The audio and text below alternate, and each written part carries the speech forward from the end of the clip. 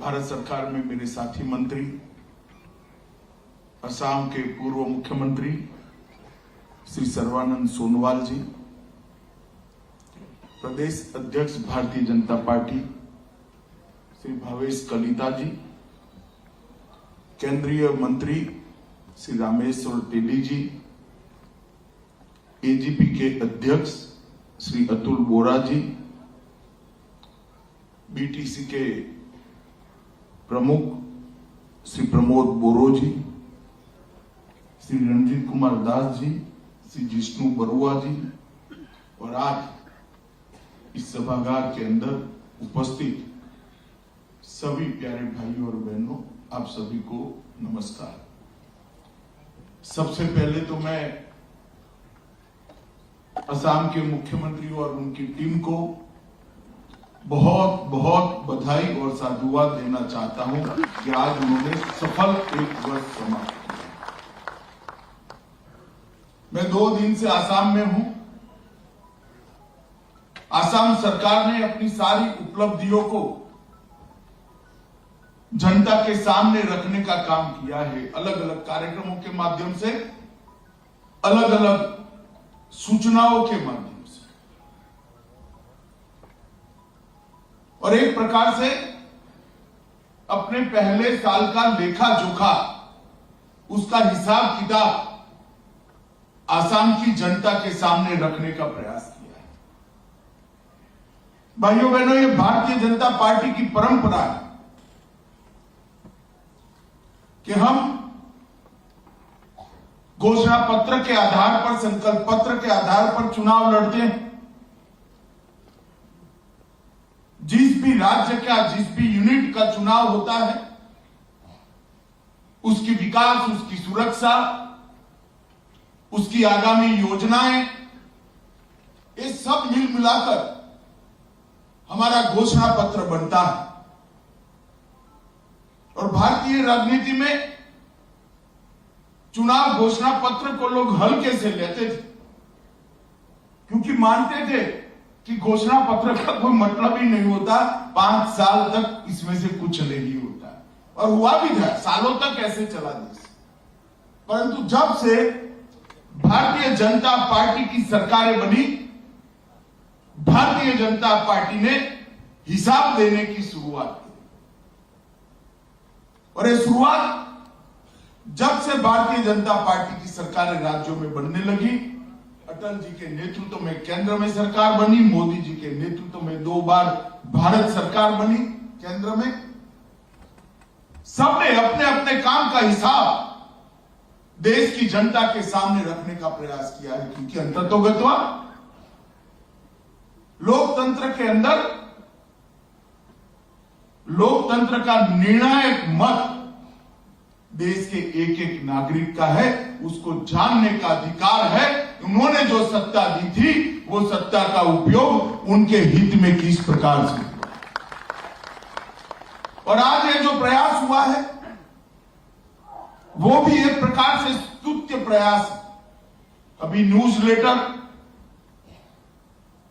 वो कोई एक बार का क्रम नहीं, ये न्यूज़लेटर निरंतर चलता रहेगा।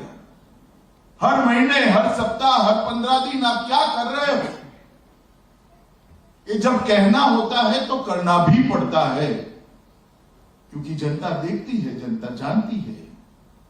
न्यूज़लेटर शुरू करना बड़ा सरल है, मगर सरकारों के न्यूज़लेटर को चलाना, क्योंकि बाद में छापोगे क्या अगर कुछ करोगे नहीं तो। ये साहस भारतीय जनता पार्टी की सरकारें ही कर सकती। 365 दिन का हिसाब आज हेमंत जी यहां लेकर आए हैं।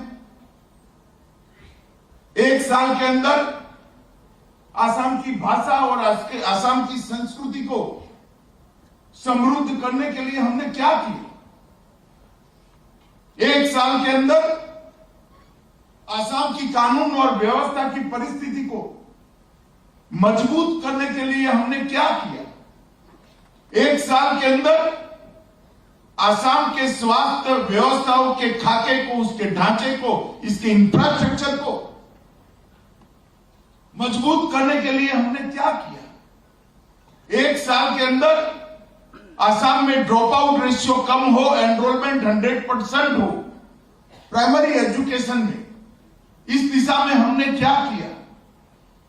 एक साल के अंदर आसाम के जनरल इंफ्रास्ट्रक्चर के अंदर क्या परिवर्तन आया? एक साल के अंदर आसाम की जनजातियों के कल्याण के लिए हमने क्या किया? एक साल के अंदर आसाम के एडमिनिस्ट्रेशन के अंदर उसको लोकाभिमुख करने के लिए, उसको जवाबदेह बना, रिस्पॉन्सिबल बनाने के लिए हमने क्या किया? ये सारी चीजों का हिसाब किताब अगर आप ये 365 दिन देखेंगे और इसका एनालिसिस करेंगे तो अपने आप आसाम की जनता को मिल जाएगा। और मैं मानता हूं कि भारतीय जनता पार्टी का मॉडल और पार्टियों ने भी स्वीकारने जैसा, क्योंकि सत्ता तो लोकतंत्र में जनता देती है। जनता के प्रति हमारी जवाबदेही होनी चाहिए, जनता के प्रति हमारी रिस्पॉन्सिबिलिटी होनी चाहिए। और जवाबदेही और रिस्पॉन्सिबिलिटी का निर्वहन तभी होता है जब अकाउंटेबिलिटी से हम काम करें। अकाउंटेबिलिटी का आत्मबोध हर क्षण, हर दिन, हर सप्ताह हमारे सामने है। और मित्रों, मैं मानता हूं कि बहुत बड़ा काम आसाम सरकार ने शुरू किया है। मैं परियोजनाओं के बारे में बहुत डिटेल बताना नहीं चाहता हूं, क्योंकि परियोजनाओं के बारे में ढेर सारी बात यहां पर बता दी गई है। चाहे पुलिस आयुक्तालय बनाना हो, चाहे 5000 लोगों को बैठने की क्षमता वाला कन्वेंशन सेंटर बनाना हो, आसाम में पुलिस रिजर्व का पुनर्विकास करना हो, बाढ़ मुक्त आसाम के लिए हमने आगे बढ़ना, ये सारी परियोजनाओं को, इसके बारे में मैं कुछ कहना नहीं चाहता। ये अभी जो फिल्म दिखाई गई वो ही अपने आप में इसकी कहानी कह देती है। मित्रों, मैं आज यहां पर आसाम की जनता से बात करने के लिए आया हूं। मैं जानता हूं कि यह सभागार बहुत छोटा है, मगर मीडिया के माध्यम से मेरी बात आसाम के जन जन तक पहुंची। जब हम 2015-16 के अंदर भारतीय जनता पार्टी के तत्वाधान में भारतीय जनता पार्टी यहां पर सरकार बनाएगी ऐसी घोषणा के साथ काम करने आए थे, तब मुझे याद है, अब है नहीं, मगर तरुण गोगोई साहब ने कहा था भारतीय जनता पार्टी है कहां। एक प्रकार से उन्होंने मखौल उड़ाया था।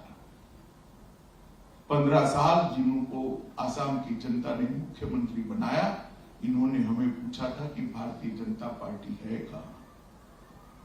आज कांग्रेस पार्टी को मैं कहता चाहता हूं कि भारतीय जनता पार्टी यहां है, आसाम में। एक बार तो फ्लूकली जीता जा सकता है, जब जनादेश का रिपीटेशन होता है तब जनता की श्रद्धा बनती है, तभी होता है। सभी लोग सोचते थे नॉर्थ ईस्ट के अंदर भारतीय जनता पार्टी कैसे हो सकती। हमने नेड़ा बनाया आज, और मैं गौरव के साथ करता हूं कि 8 राज्यों के अंदर नेड़ा के तत्वाधान में सरकारें चल रही हैं, क्योंकि हमारे पास नॉर्थ ईस्ट की समस्याओं का समाधान, नॉर्थ ईस्ट की समस्याओं को हम उलझाना नहीं चाहते थे, नॉर्थ ईस्ट की समस्याओं को सुलझाना चाहते थे। असम की समस्याओं को उलझाना नहीं चाहते थे, असम की समस्याओं को सुलझाना चाहते थे। मुझे भाषा बहुत समझ में नहीं आई, मगर हेमंत भाई का बॉडी लैंग्वेज और जो मैं समझ पाया, बहुत अच्छे तरीके से उन्होंने भारतीय जनता पार्टी का दृष्टिकोण आसाम की जनता के सामने रखा। पूरे नॉर्थ ईस्ट को इन लोगों ने अपने निहित राजनीतिक स्वार्थ के लिए बांट कर रखा था, खंड खंड कर। किसी को एक पहाड़ी पर बांध कर रख दिया, किसी को एक जाति में बांध कर रख दिया, किसी को एक ट्राइब में बांध कर रख दिया, किसी को एक जिले में बांट कर रख दिया, ज्यादा से ज्यादा बहुत विशाल विचार कर दिया तो एक राज्य में बांट कर रख दिया। मैं आज आसाम के युवाओं को कहने आया हूं, कश्मीर से कन्याकुमारी और द्वारिका से लेकर कामाख्या तक पूरे भारत में जो $5 ट्रिलियन की इकोनॉमी बनने जा रही है, उस पर आसाम के युवा का अधिकार है। पूरे भारत के अंदर जो विकास हो रहा है, पूरे भारत के अंदर नई नई क्षितिजें खुल रही हैं। पूरे भारत के अंदर विश्व के साथ हमारा युवा स्पर्धा कर पाए, इस प्रकार के प्लेटफॉर्म की रचना हो रही है। वो सारी रचनाओं पर मेरे आसाम के युवा का अधिकार है और रही अधिकार से आपको वंचित रखा जाए। आसाम के हित के नाम से प्रचार कर क्या दिया, 80 से अब तक क्या हुआ, सैकड़ों युवा मारे गए, हजारों युवा गुमराह हुए, हाथ में हथियार लेकर घूमते रहे, घर होने के बावजूद, मां होने के बावजूद, पत्नी होने के बावजूद, बेटा होने के बावजूद रान रान पान पान घूमते रहे, भूख प्यास सहन करते रहे, मारे गए, जीवन समाप्त हो गया। क्या मिला उनको? कोई हिसाब देगा इसका? आज नरेंद्र मोदी सरकार ने बोडोलैंड का भी समझौता किया है और कार्बी के साथ भी समझौता। पूरे उत्तर पूर्व में अनेक समस्याएं जो 40 साल से जड़ जमा कर बैठी थी, इसका समाधान ये 6 साल के अंदर लाने का काम भारतीय जनता पार्टी के नेता नरेंद्र मोदी, हमारे हेमंत बिस्वा शर्मा और सर्बानंद सोनोवाल ने किया है।